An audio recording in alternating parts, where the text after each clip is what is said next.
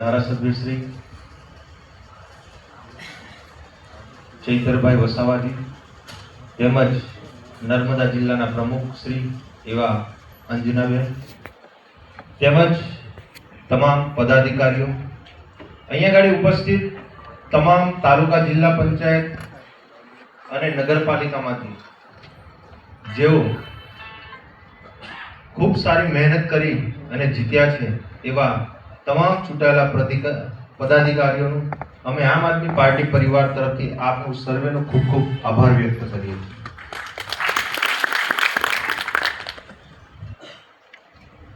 મિત્રો, આ ઇલેક્શનમાં આપણને ઘણો બધો એક્સપિરિયન્સ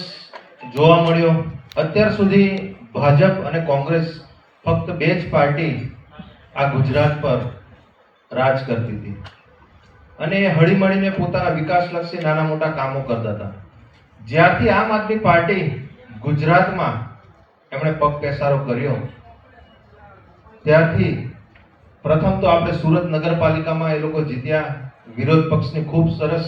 ભૂમિકા ભજવી અને દિલ્હીથી ખૂબ સારી જે અરવિંદ કેજરીવાલજીના માર્ગદર્શન વાળી જે ટીમ આપણાને વારે વારે નાના મોટા કાર્યક્રમો બાબતે જે ટકોર કરતી હતી, જે સૂચનો કરતી હતી, એના માર્ગદર્શનથી અને સાથે સાથે અમારા વિસ્તારમાં અમને ખૂબ સારા ધારાસભ્ય શ્રી ચૈતરભાઈ વસાવા મળ્યા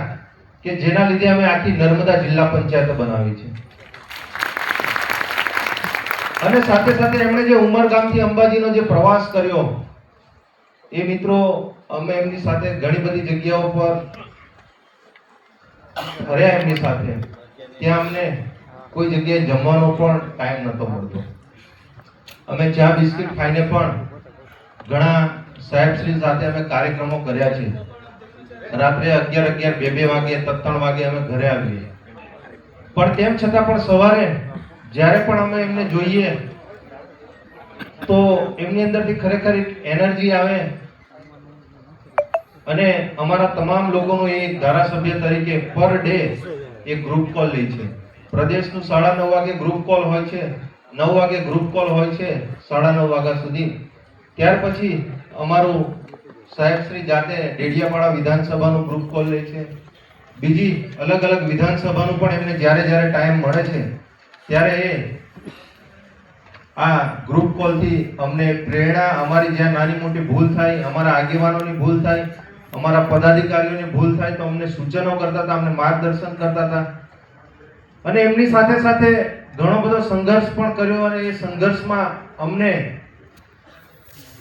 અને આખા ઉમરગામથી અંબાજી હોય કે સમગ્ર ગુજરાતમાં આજે ચૈતરભાઈથી ઘણા બધા લોકોને પ્રેરણા મળી છે।